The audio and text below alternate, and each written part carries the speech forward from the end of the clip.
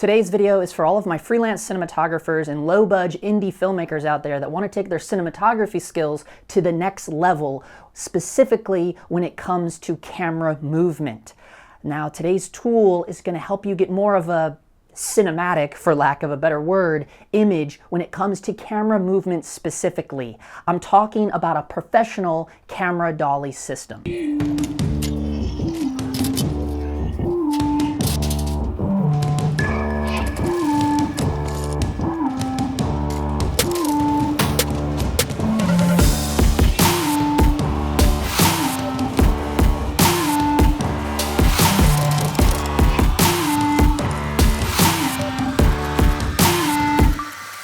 Looking for a good dolly system is something that I researched for a long time. With that being said, I want to tell you right out the gate, this video is not in any shape or way or form sponsored by any specific company. Nobody reached out to me. The tool that we're looking at today, that company doesn't even know I exist. I bought this stuff with my own cash.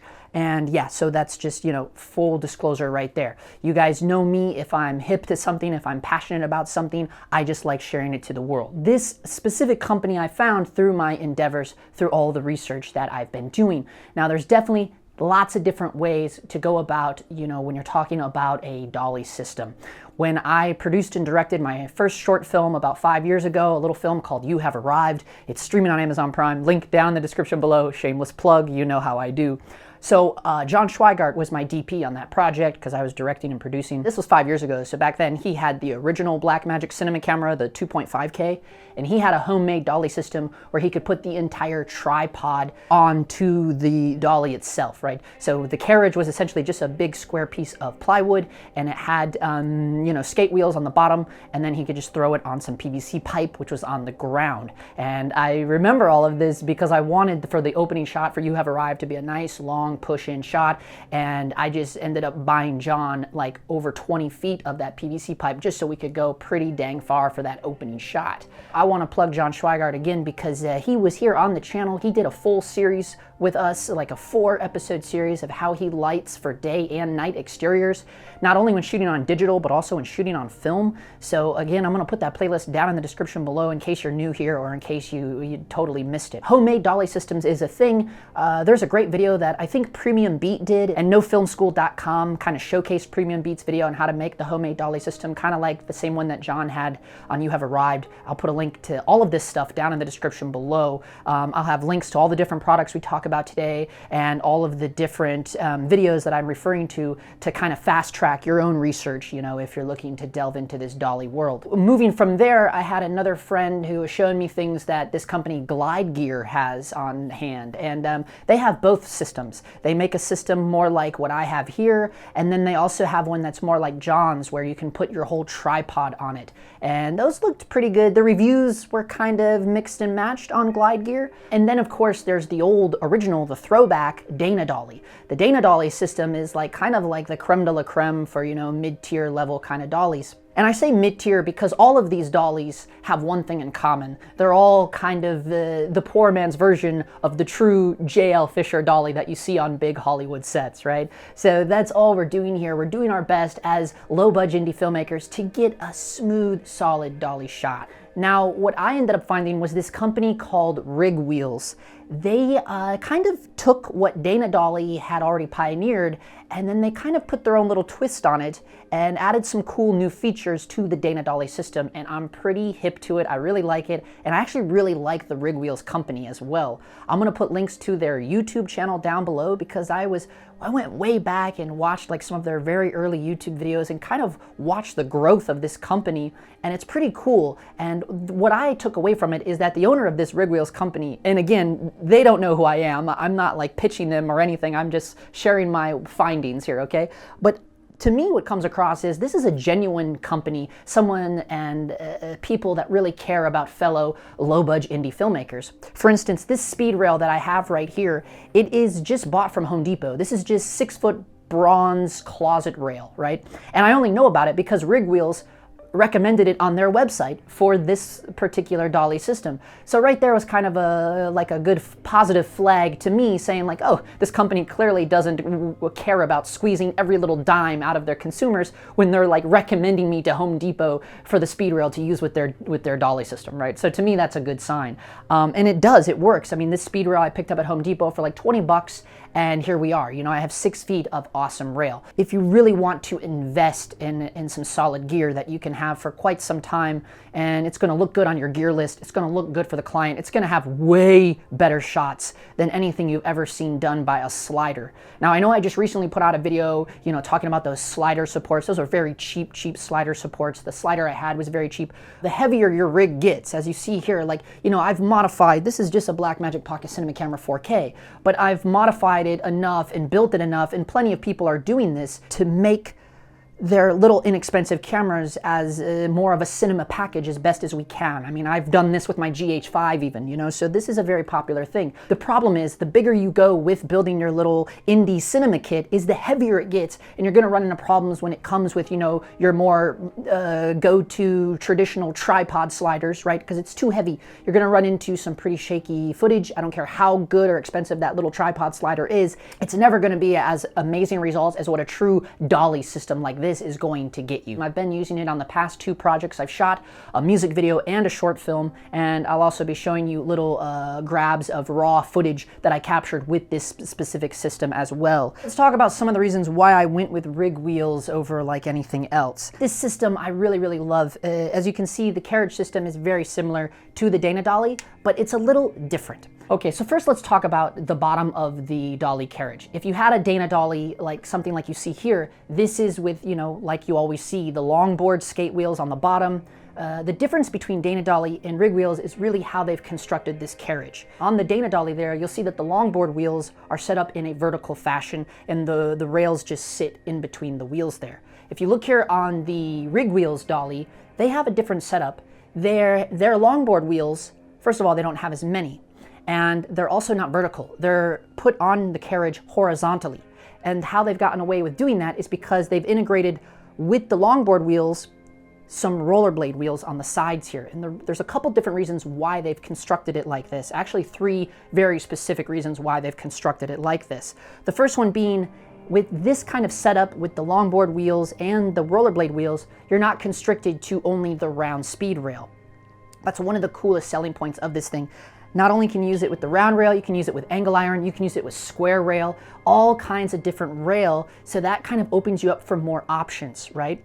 Another cool thing is they've constructed this in a way to where if you loosen these bolts here on the carriage itself, you can rearrange these rails and change your setup a little bit to where you would flip this upside down essentially and put your tripod head on the top end.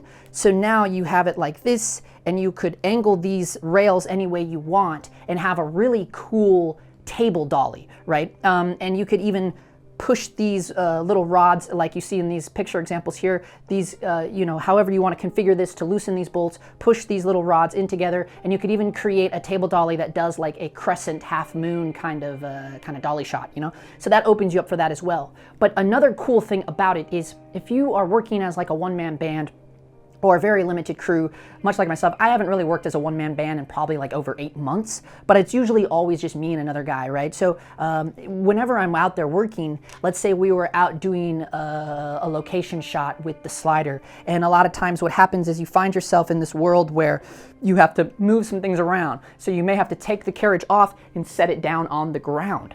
Now, the problem why you don't want to do that with a traditional kind of Dana Dolly carriage system is because as soon as you put this on the ground, these longboard wheels are going to pick up all that dust and dirt and grass and whatever's on the ground. Because these longboard wheels are very soft, they're malleable by nature. That's what makes them so smooth to begin with, right? That's why skateboarders put them on their longboards, because longboards aren't really designed to do tricks. They're designed just to cruise, you know, and that's what makes longboards such a nice cruising kind of device, is because these longboard wheels are so soft, so malleable. They roll over all the crazy cracks that are on the ground, and they just kind of absorb the impact, right? But the downside of that for us filmmakers wanting to use these things on something like a dolly system system is that as soon as you put that on the ground, now the nature of these soft, malleable longboard wheels is going to just pick up all that dirt, and then you're gonna pick it up, you're gonna put it back on your rail, and it's gonna get all over your rail, and now you're gonna have friction problems. It's not gonna be as smooth and buttery as it used to be. So that's kind of the downside. You have to like, ooh, where am I gonna put this? The way RigWheels has theirs designed, it doesn't matter. The only thing with the RigWheels that touches the ground is the actual rim, I guess we'll call it the rim side of the skate wheel, right? So you're putting that down, the actual part of the wheels that touch the speed rail never touches the ground. I just love it. I can tell you that from after shooting a bunch of stuff on a slider, and then, you know, just the few projects that I've done with this dolly system, it has been amazing. It is such a huge difference, to the point where when I was showing my wife some of that footage from the music video, she was watching it and I was like, wow, that dolly's pretty good, huh? And she was like, oh, I didn't even realize that it was in this shot.